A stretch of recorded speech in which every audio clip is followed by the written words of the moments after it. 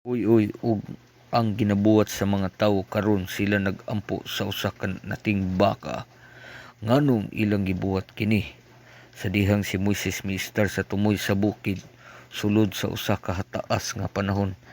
Ang mga katawhan nag-ingon, wala kita mahibalo kun unsa nay nahitabo kang Moises, busa naghimo kitag usa ka Dios nga magpanguna kanato sa pag-awas ning yuta. Ang igsoong lalaki ni Moises nga si Aaron miuyon sa iyang gitigom ang tanan nilang bulawan nga ariyos, gitunaw nila og gihimong usa ka bulawan nating baka, ug ang katawan nag-ingon, kini mao ang Dios kinsa mipagawas kanato sa Ehipto. Ilang gisaulog ang usa ka dakong pangilin ug misimba sa bulawan sa nating baka. Ang Dios nasuko kaayo sa iyang nakita kini ug iyang gisuginglan si Moises. Nahitabo si Moises midali sa paglugsong sa bukid sa pagkaduol na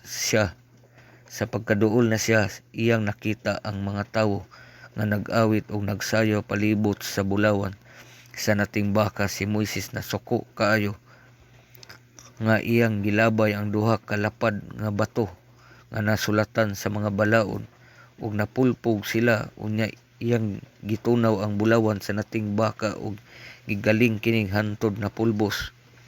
Si Moises misugo sa pipila ka tawo nga pagkuha sa ilang espada. Kinahanglan patyo na ang daotang mga tawo nga misimba sa nating baka.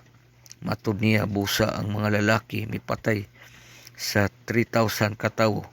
Wala ba kini magpakita nga si Jehova lamang ang atong simbahon ug dili bisan unsang bakak nga mga Dios?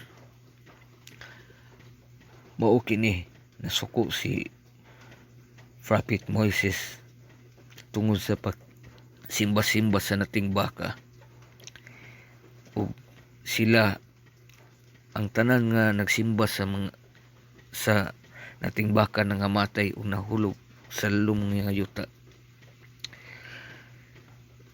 Kay nasuko man siya pag-ayo, busa katong mga kaigsuonan diha nato makita nga dili angay nga magbuhat-buhat og lain nga Dios sama sa nating baka. Kay pagkasilutan kana sa atong langitnong amahan nga mao si Jehova.